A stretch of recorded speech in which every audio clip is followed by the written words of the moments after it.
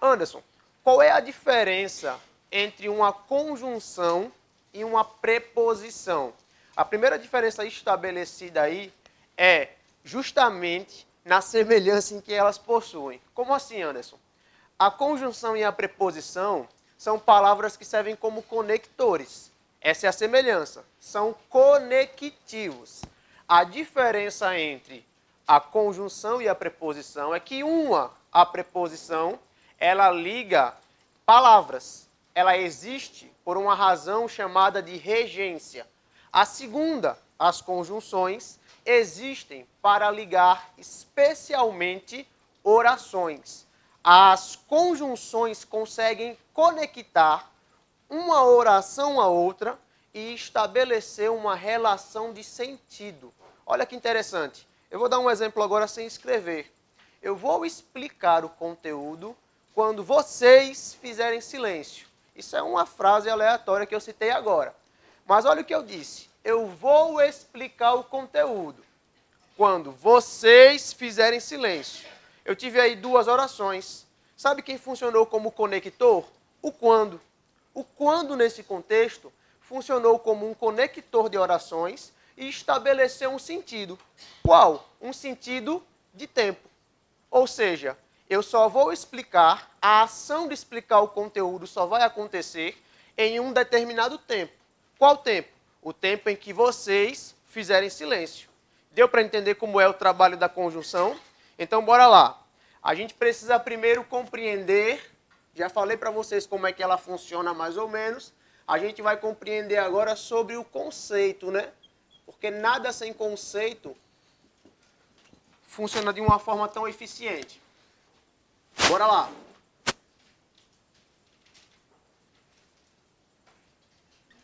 Para a morfologia do português. O conceito mais simples que você pode ter é que as conjunções são palavras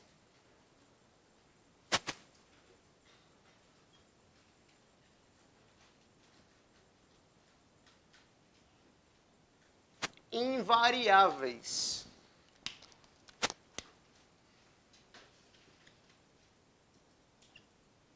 Para a semântica,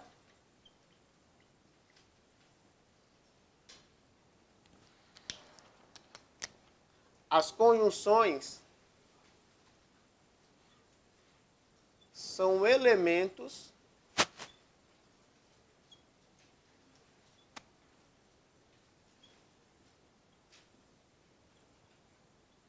coesivos que,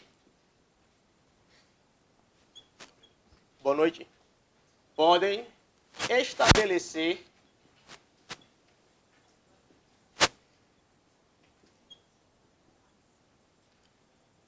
uma relação de sentido.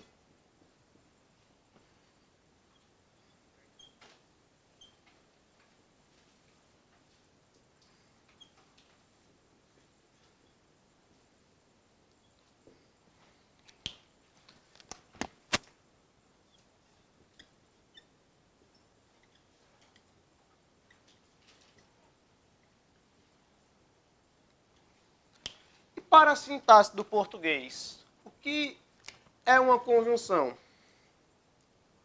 Simples. São os conectores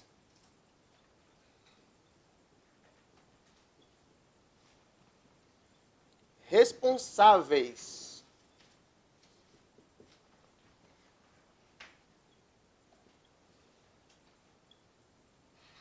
pela coordenação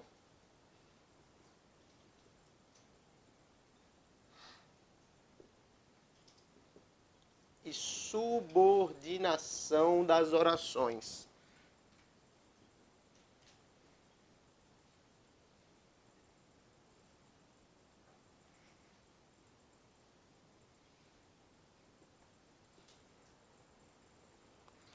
Beleza. Essa noção é a noção mais elementar que você precisa ter a respeito das conjunções. Ô Anderson, me explica aí por que é que existem três conceitos. Seguinte, porque existem três modos, pelo menos, de você enxergar a língua. foi o que eu falei para vocês na semana passada, no último encontro. Eu disse a vocês que eu posso enxergar ou observar a língua do ponto de vista da semântica, que tem a ver, quando eu falo de semântica, com o sentido. Eu posso observar do ponto de vista da morfologia, falando da palavra, da sua estrutura. E quando eu digo que a conjunção é uma palavra invariável, eu estou falando da estrutura da palavra. Por que, Anderson? Se eu digo para você que uma conjunção ela é invariável, eu estou falando que ela não vai ter o quê, gente? Não vai ter o quê? Falar igual aquele cara do Bob Esponja. Eu não ouvi direito. Como é? Não tem o quê? Flexão, certo? A conjunção não se flexiona. E quando eu falo do ponto de vista sintático, eu estou falando qual é o papel dela dentro de uma frase. Qual é o papel da conjunção dentro de um parágrafo. Qual é o papel da conjunção dentro do texto. E dentro do texto, o papel máximo da conjunção é estabelecer uma relação de sentido, uma conexão que pode ser coordenada, orações independentes, e pode ser subordinada, orações dependentes. O que é que vai acontecer aqui? Eu preciso deixar você ambientado. É que a todo momento, para falar sobre conjunções e também, ou se der tempo a gente chega ainda hoje nisso, sobre os pronomes, eu vou precisar recorrer a várias nomenclaturas da sintaxe. Isso aí é o mínimo que eu posso fazer para conseguir te explicar com clareza esse conteúdo. Então, às vezes, para falar aqui de conjunções, eu vou estar tocando na nomenclatura de oração, na nomenclatura de oração subordinada, eu vou falar conjunção integrante, só que, lógico, eu vou citar esses nomes e vou te explicar o que é. E aí você precisa entender que não é aula de sintaxe. Por exemplo, daqui a pouquinho eu vou falar sobre conjunções subordinativas. Aí eu vou colocar uma conjunção subordinativa em uma oração subordinada. Aí o cara vai dizer, mas eu não sei o que é uma oração subordinada. Calma aí, papai. Você não sabe o que é uma oração subordinada e nem precisa saber. O que você vai precisar saber hoje é que existe uma conjunção que é subordinativa. E o que ela faz é ligar uma oração subordinada a uma principal. Deu para entender agora? Então não fique agoniado. Relaxe, tá certo? Bora lá. Já entendi o conceito, Anderson. O que é que eu vou fazer agora? Você vai entender que as conjunções não são palavras jogadas ao vento como as espumas lá na música. As conjunções, elas possuem classificações. Existem conjunções chamadas de coordenativas, conjunções chamadas de subordinativas, e essas subordinativas subdividem-se em duas. Existem as subordinativas integrantes e as subordinativas adverbiais. Essa é a nossa próxima noção. Vou fazer o que agora, Anderson? Você vai copiar no seu material aí tipos de conjunções. É o que a gente vai fazer aqui agora. Ó. Bora lá.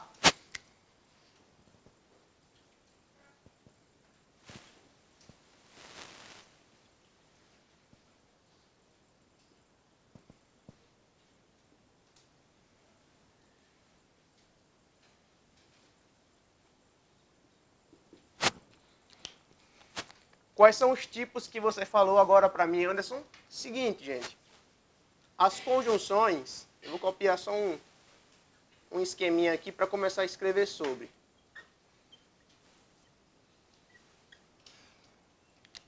Podem ser divididas em conjunções coordenativas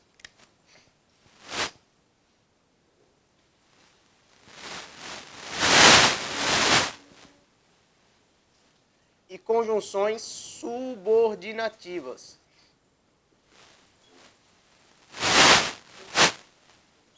E as subordinativas recebem uma divisão também. Elas podem ser, número 1 aqui, podem ser subordinativas integrantes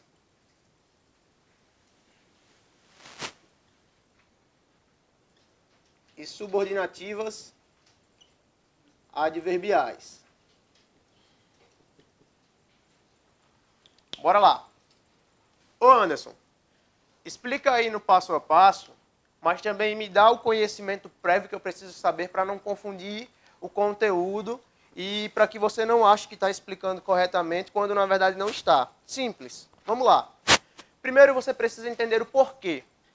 Por que é que a conjunção se subdivide dessa maneira?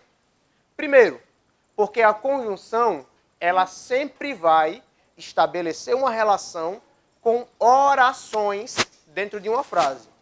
Ora, se a oração ela for coordenada, quem vai conectar uma a outra vai ser uma conjunção coordenativa.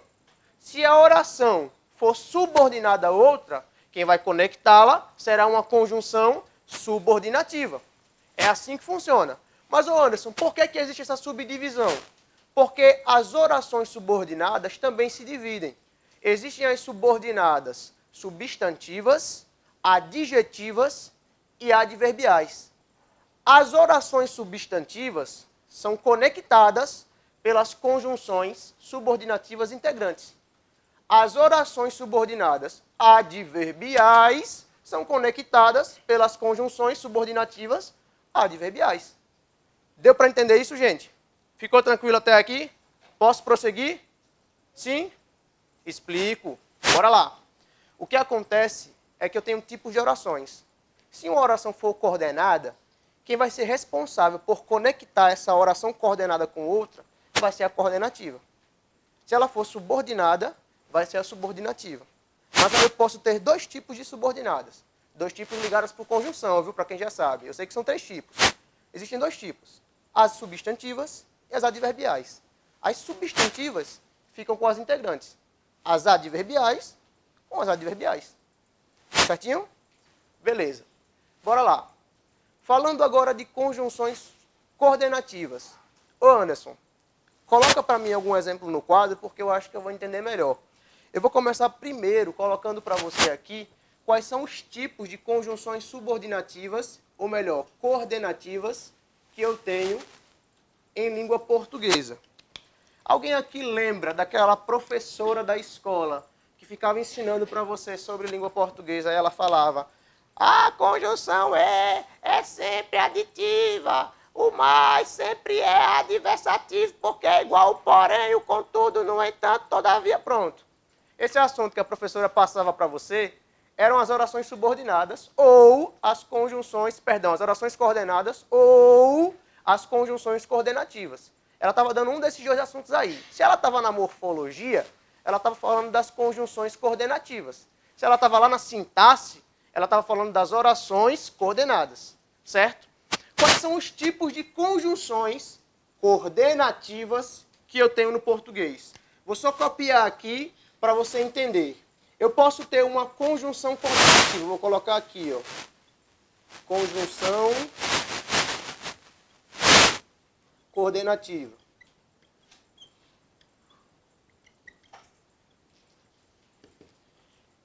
Eu posso ter uma aditiva. Vai deixando um espacinho, tá bom? Eu posso ter uma adversativa.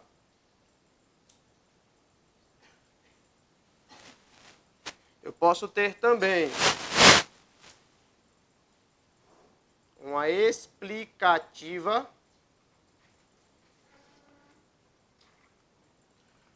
Também posso ter uma conclusiva.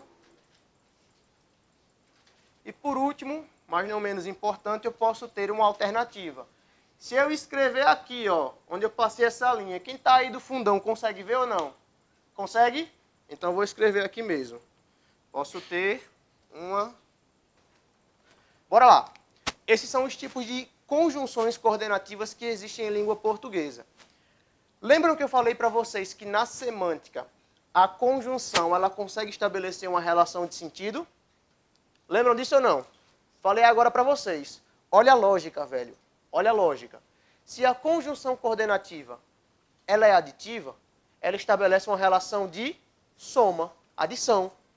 Se ela é adversativa, ela estabelece uma relação de oposição. Se ela for alternativa, de posições a se escolher ou escolhas, ou seja, alternâncias. Ok? Se ela for explicativa, provavelmente é uma justificativa de algo. Ela está explicando algo a você a respeito da primeira oração. Deu para entender essa lógica?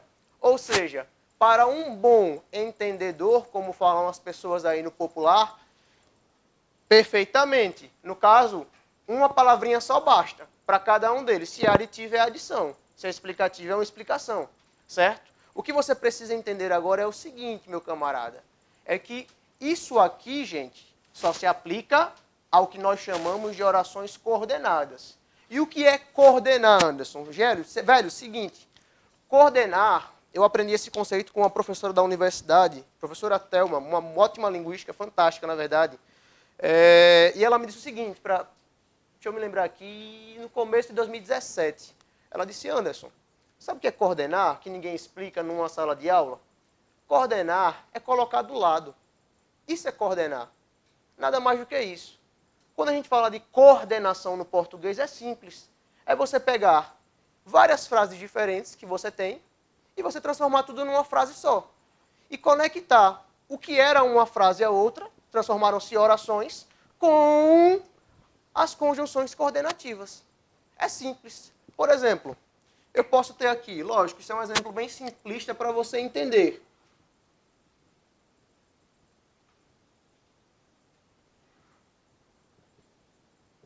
Fui ao colégio.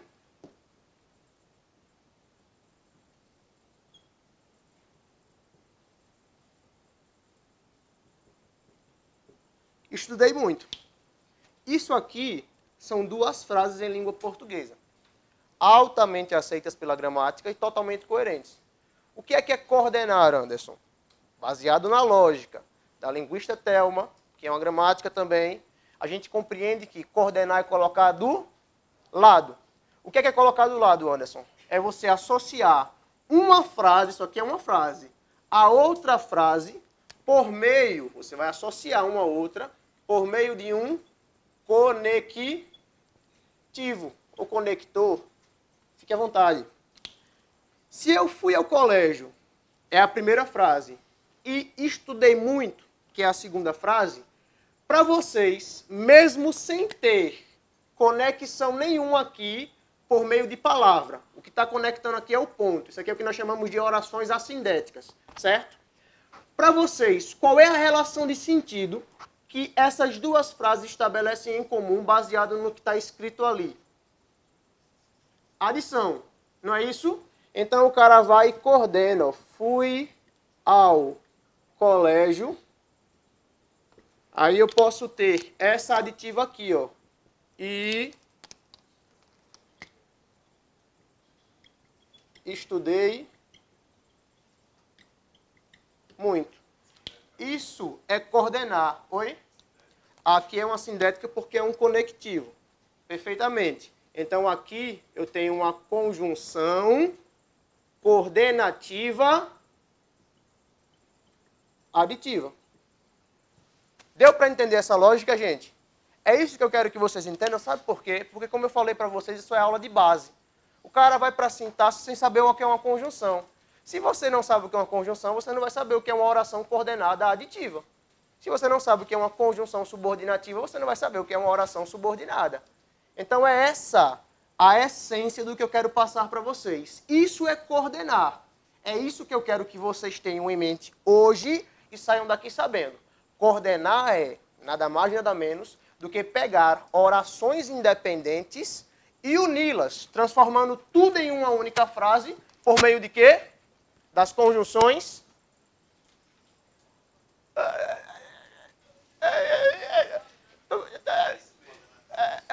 coordenativas. É isso mesmo. Estava dando aula na outra turma, não vou dizer qual, e nem foi aqui. Fiz a pergunta para a galera lá, falando com a galera, expliquei o conteúdo. O cara estava lá do lado, ele estava bem assim, ó. Responde para mim. Ele fez, eita, passou a mão na baba, tirou a baba da boca. Eu digo, porra, meu, o cara estava babando. Não sei se ele estava com um tesão muito forte por causa do português, ou se ele estava com sono, né?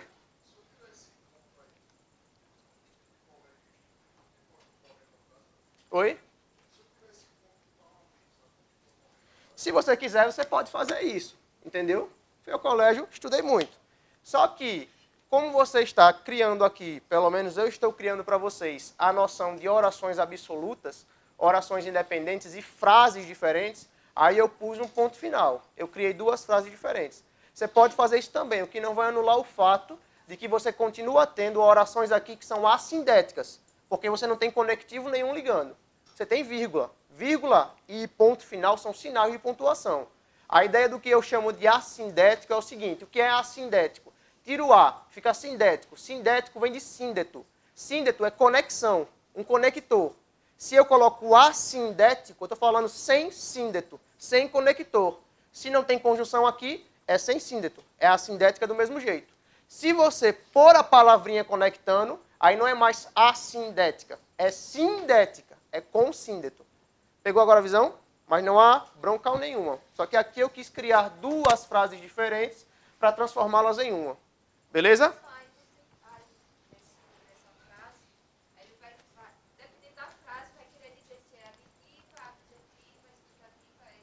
Dependendo da frase e do conector, você vai ter que entender qual é a relação de sentido que ele pode ter. Como nesse momento nós estamos falando apenas das coordenativas, somente essas 5. Só que aí deixa eu te passar o bizu, que não é tomar água. O que é que a banca faz para confundir você?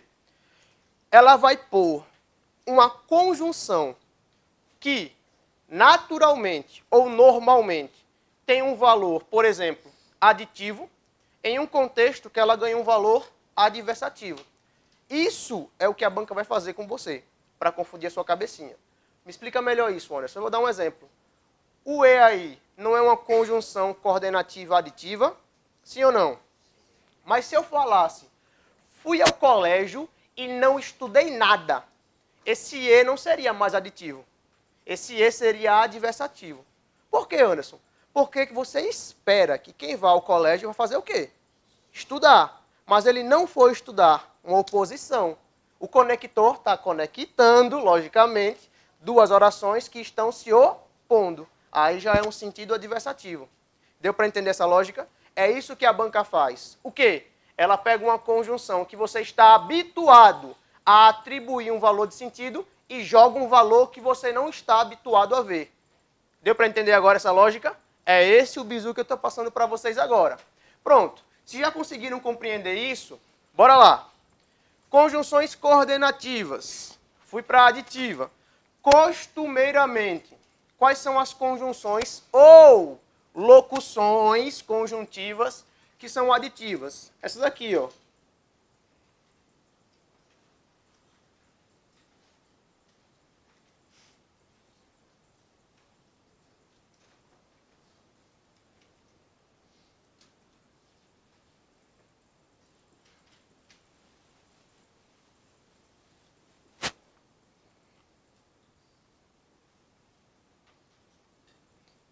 Adversativas.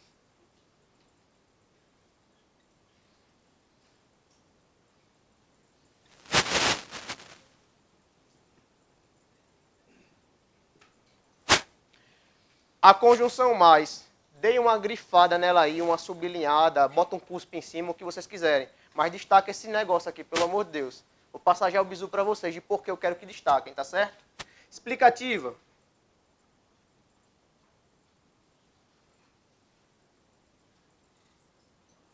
Conclusiva.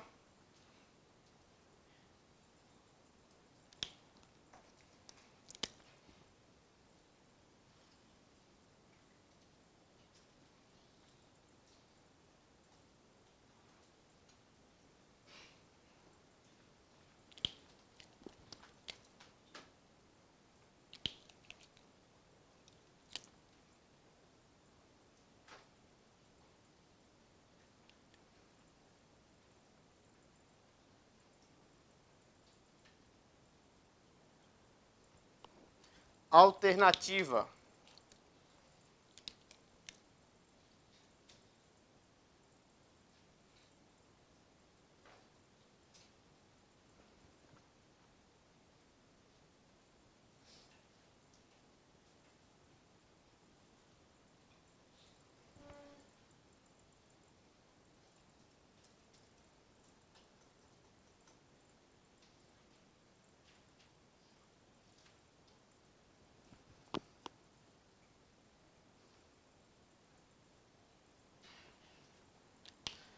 Esses são alguns exemplos de conectivos que são conjunções que têm esse valor coordenativo. Anderson, vamos pôr isso aí agora em frases para ficar mais tranquilo para a gente, né? Bora! Mas aí, para a gente não gastar nosso tempo de uma forma irrelevante, o que é que eu quero que vocês compreendam agora? São os costumes que as bancas têm relacionadas a esse conteúdo aqui. Deixa eu sublinhar aqui algumas conjunções para vocês. Mas, e, pois, e esse pois aqui. A conjunção e, ela tem valor aditivo por natureza. Normalmente, o e, quando utilizado em uma frase, ele sempre vai estabelecer uma ideia de soma, ok? Naquele exemplo que eu coloquei para vocês, a expressão e estabelecia uma soma. Quando eu falo para vocês,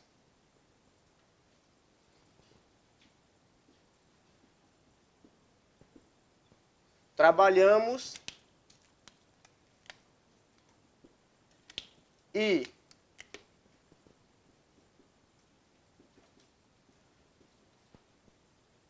recebemos, o e, ele está unindo duas orações. Olha a segunda oração aqui, olha a primeira oração aqui, que estão mantendo uma relação aditiva, porque são informações que conseguem se complementar. O que acontece, como eu falei agora há pouco para vocês, é que o e, aí você vai colocar isso como bizu do lado, pode colocar uma observação, como você queira, o e também pode, em alguns contextos, assumir valor adversativo. A conjunção e, em alguns contextos, pode ter esse valor aqui. Anderson, como é que eu vou fazer para descobrir se é aditivo ou se é adversativo? Eu falei que o e pode ser usado como adversativo em determinados contextos. Ou seja, como é que eu descubro? Você vai usar um recurso que também é conteúdo de edital, interpretação textual. Quando você interpreta um texto, você consegue descobrir, você consegue compreender também se o que está sendo proposto é algo que te passa uma informação aditiva ou uma informação adversativa. Isso aí não é tão complicado quanto parece. Por exemplo, se eu reescrevo essa sentença e eu coloco um adjunto adverbial de negação ao lado de recebemos, como assim, Anderson? Se eu falar aqui, trabalhamos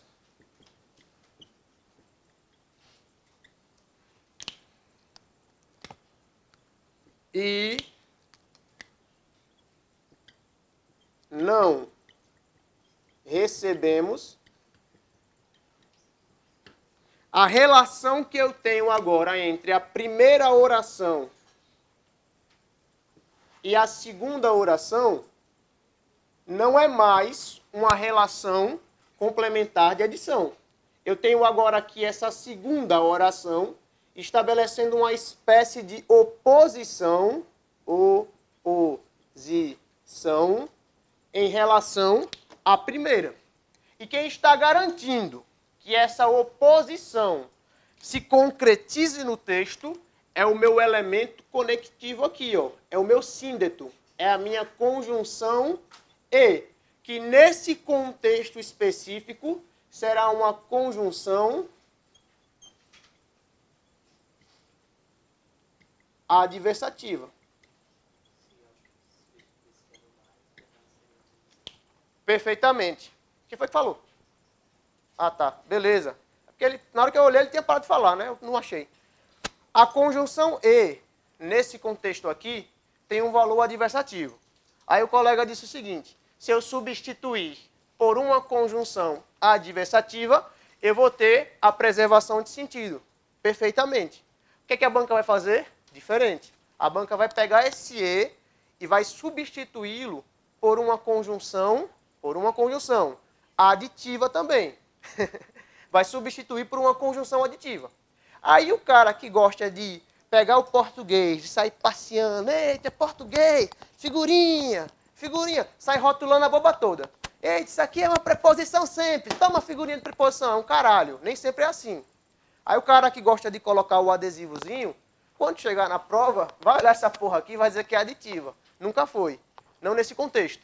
Deu para entender? Por quê? Só um instante, viu? Eu consigo depreender simplesmente, gente, pela presença de um adjunto adverbial de negação ou de um advérbio lá na morfologia, que isso aqui é uma oposição em relação a essa. Certo? Aí o que acontece? Toma cuidado com isso. A substituição do e pelo mas, pelo porém, pelo contudo, pelo entretanto, por qualquer adversativa, não prejudicaria o sentido. E a correção gramatical? Prejudicaria? Aí o cara diz, não, vai depender. Como assim? Se a palavra e for substituída por qualquer adversativa e não for informado que deve ser acrescentada uma vírgula aqui, aí não vai ter uma correção gramatical correta. Por quê, Anderson? Porque toda adversativa ela é antecedida por uma vírgula. O e não é adversativa, é por isso que não tinha vírgula aqui nesse camarada. Ó. É por isso que não tinha vírgula nele. Mas se você colocar o mais aí, eu posso colocar trabalhamos, mas não recebemos, sem vírgula? Eu não posso fazer isso. Deu para entender? Aí o que é que acontece? A banca já está usando aí 3 assuntos de uma vez só. As conjunções aplicadas à sintaxe e, ao mesmo tempo, lógico, a interpretação e a pontuação. Então, são 4 assuntos, na verdade. Eu é que sou ruim de conta. Deu para entender isso, gente? Ficou claro para vocês? Posso prosseguir? Camarada, dá o teu time aí.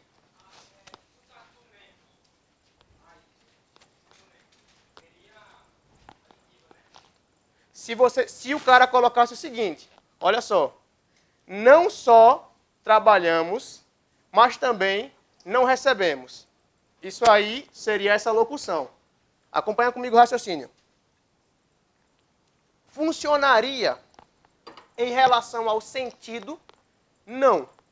Isso aqui é uma expressão que não tem um valor atípico como o e. Um exemplo é esse aqui, o não só e o mais também. Se eu coloco essa expressão no lugar do e eu digo o seguinte, não só trabalhamos, mas também não recebemos.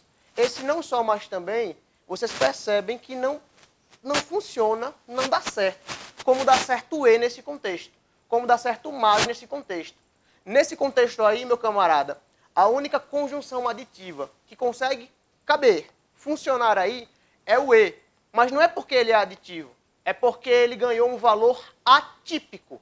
Ele ganhou um valor fora do comum, que é o seu valor adversativo. Deu para entender?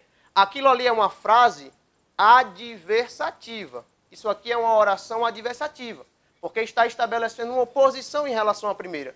Então, a conjunção ideal aqui não é uma conjunção aditiva, é uma conjunção adversativa.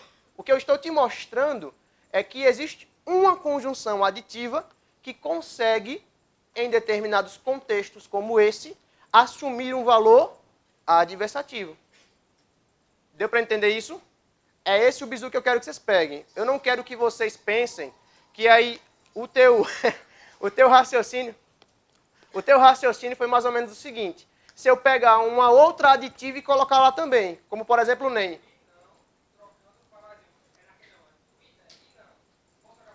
Você vai sempre usar. Olha só, a lógica é a seguinte. Qual é a conjunção que eu devo usar aqui? A oração ela é adversativa? Sim ou não? É, porque está fazendo oposição, não é isso? O que é que eu devo usar? Uma conjunção coordenativa adversativa. Deu para entender?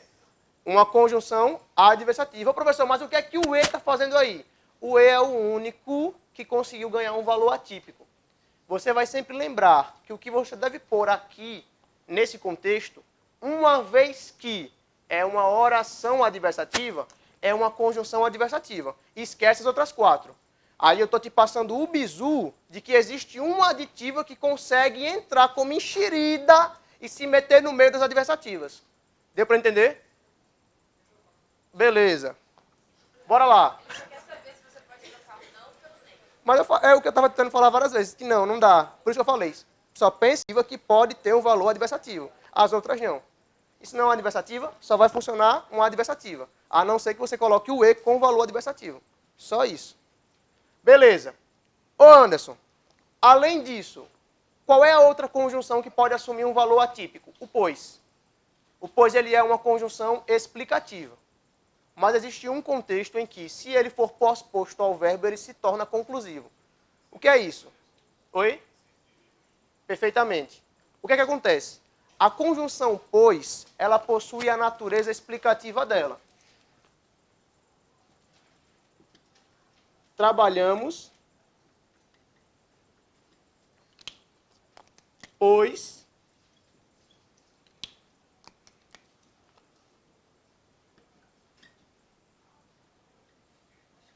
precisamos viver. Trabalhamos, pois precisamos viver. A conjunção pois, nesse contexto aqui, ela está aparecendo antes da minha locução verbal. Ou pode ser de um verbo também. Trabalhamos, trabalho, pois preciso, não importa. Ela está aparecendo antes da minha locução ou verbo. Quando ela aparece, a expressão pois, antes da segunda oração, ela sempre será uma explicativa. Olha, assim, como é que eu posso colocar esse negócio para depois do verbo? Seguinte, eu posso abrir o bocão, como a minha avó abria muito o bocão para mim e falava o seguinte, antes de morrer, ela dizia o seguinte para mim. Era essa a frase que ela falava. Não estou dizendo que eu estou mandando vocês fazerem isso com os filhos, netos de vocês.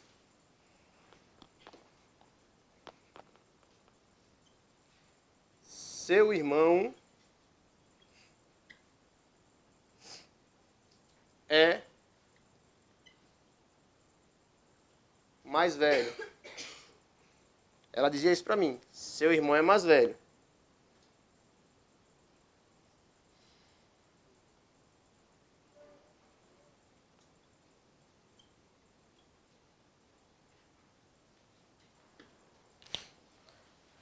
Eu nunca entendi essa lógica dela, não. Mas era a lógica dela, né?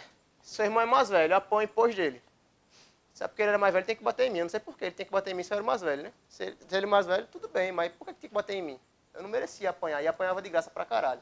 Daquele filho da puta. Bora lá. Seu irmão é mais velho. Apanhe, pois, dele. O que é uma noção conclusiva? É o seguinte. Alguém aqui já estudou filosofia? Sim, porque a maior parte de vocês foi para o ensino médio de 10 anos para cá. Na filosofia, existe um negócio chamado de premissa e pressuposto, ou pressuposto. Quando você tem uma lógica, você pensa da seguinte maneira. Eu sou professor. Professores ganham, um exemplo, muito bem. Logo, eu ganho bem. Deu para entender? Olha qual foi a lógica. Eu sou professor. Professores ganham muito bem. Logo, eu ganho muito bem. Isso é uma lógica. Olha a expressão que eu utilizei. Logo. Logo foi uma expressão aí que estabeleceu para mim uma ideia de conclusão. Só que existem contextos em que eu não preciso usar o logo. Eu posso usar o pois. Anderson, como? Se você colocar ele depois do verbo. Qual é o teste para saber que o pois ele é conclusivo? É só criar a frase usando o logo antes do verbo. Seu irmão é mais velho. Logo, apanhe dele. Portanto, apanhe dele.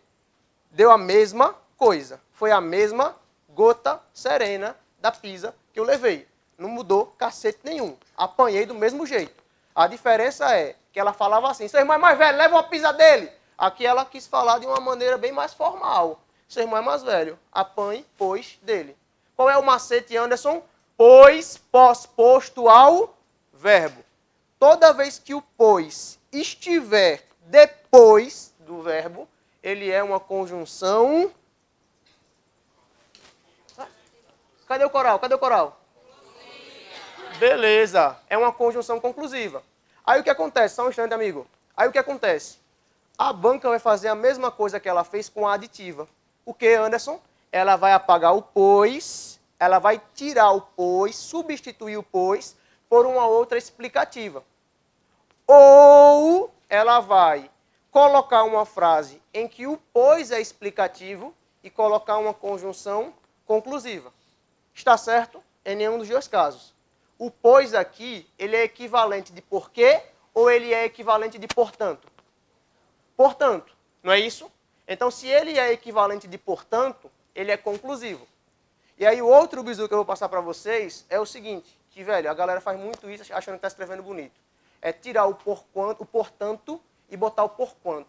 Essa é a maior furada que o cara pode fazer. Ele tira o portanto, que é uma conjunção de língua portuguesa, e bota o porquanto, que é outra conjunção, que escreve-se junto, por sinal. Tá bom? Ele acha que é a mesma coisa. Por quê? Porque começa com por e termina com tanto. Aí deu uma porra, né, velho? Não é porque é parecido que tem o mesmo valor. O porquanto não é uma conjunção explicativa, perdão, conclusiva. É uma conjunção que pode servir com a ideia de explicação ou uma ideia de causa. Só esses dois contextos. Aí o cara coloca o porquanto como se fosse um porquê. Aí é para arrombar o cu do jumento, velho. Não dá certo. Fala, amigo.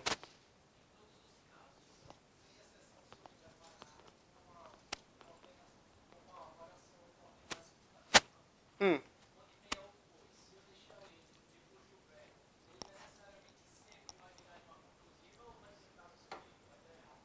Bora lá.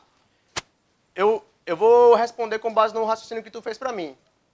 Seguinte, eu não posso, se a minha oração for uma oração que estabelece uma relação de explicação, colocar o pois depois do verbo. Eu não posso fazer isso.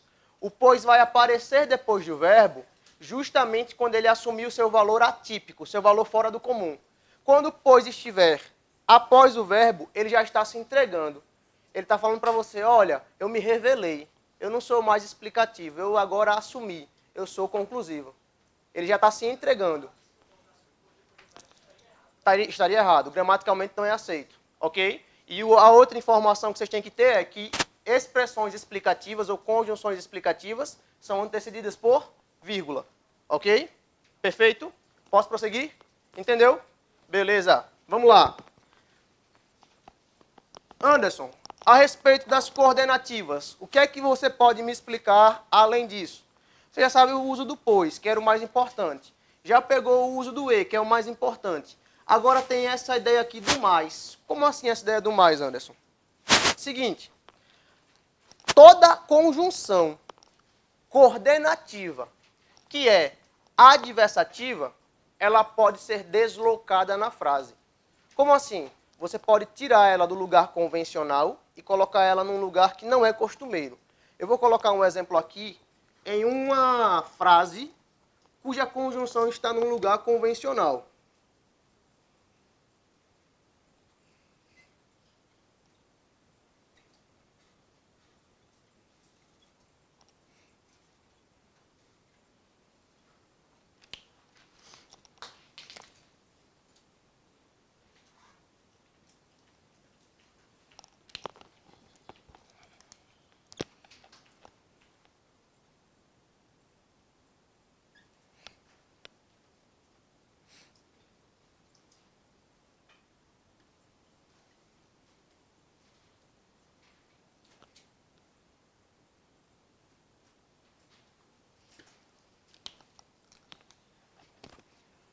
Essa aqui é a frase. Nós estudamos muito, todavia não entendemos tudo. Concordam comigo que há uma oposição dessa oração em relação a essa aqui? Sim ou não? Nesse contexto, sim. Por que, Anderson? Nesse contexto, sim. Porque ele usou o adjunto adverbial de intensidade. Muito. Nós estudamos muito. A palavra muito aqui, por ser um adjunto adverbial, colocou o sentido dela no verbo estudar. Eles não só estudaram, eles estudaram muito. Houve uma intensidade aí. Se houve uma intensidade, você espera que o aprendizado desses sujeitos tenha sido um pouco, ou até bem mais, diferente do que o convencional. Mas aí ele coloca, todavia, não entendemos tudo. Aí ele cria uma espécie de oposição em relação à primeira oração. O que acontece? A conjunção todavia, ela pode ser posta em um outro lugar. Como assim, Anderson? Eu posso dizer o seguinte: nós estudamos muito, não entendemos tudo, todavia. Eu posso fazer isso. Eu posso colocar toda a conjunção adversativa em um outro lugar na frase. Posso colocar depois, se eu quiser, da primeira oração. Eu posso colocar no meio da segunda oração. Eu posso deslocar. Aí você vai gravar essa informação. Conjunções adversativas podem ser deslocadas. Professor, mas por que é que você substituiu o mas? Porque ele é a única conjunção entre todas as adversativas que não pode ser deslocado. Ele sempre deve ficar nessa posição aqui, ó. Onde, professor? Onde acabar a primeira oração. Nós estudamos muito, mas não entendemos tudo. Eu não posso dizer nós estudamos muito, não entendemos tudo, mas. Viu que ficou estranho? Nós estudamos muito, não entendemos tudo com tudo. Ficou bom? Não. Por quê? Aí, meu amigo, entra uma coisinha bem interessante que a gente estuda lá na fonologia. A gente só não coloca o contudo no final, se quiser, por uma razão chamada de razão eufônica. O que é isso? Se você pronunciar a palavra tudo e a palavra contudo associadas nessa oração, o que é que vai acontecer aí? Vai acontecer um efeito fônico de estranhamento no teu ouvinte. Contudo, tudo, tudo, contudo. É o mesmo que o cara olhar para a mulher e dizer: ah, meu amor, meu coração por ti gela. Aí ela vai dizer: tigela para quê? Para comer pipoca? Não. Deu para entender? É uma espécie, nesse contexto aí, de cacofonia. Aqui, de problema eufônico. Então, você vai ter que lembrar que existem conjunções, especialmente o mas, que você não desloca. Por que você está falando isso, Anderson? Porque o que a banca faz com você? A banca pega uma conjunção adversativa, desloca a conjunção e pergunta a você se a substituição dessa conjunção adversativa pela conjunção mais prejudicaria a correção gramatical e o sentido do texto. Prejudicaria a correção gramatical, então a questão estaria certa. Ou ela colocaria o seguinte: a substituição da expressão porém, e o porém está deslocado na frase, pela conjunção mas, preservaria, ou melhor, preservaria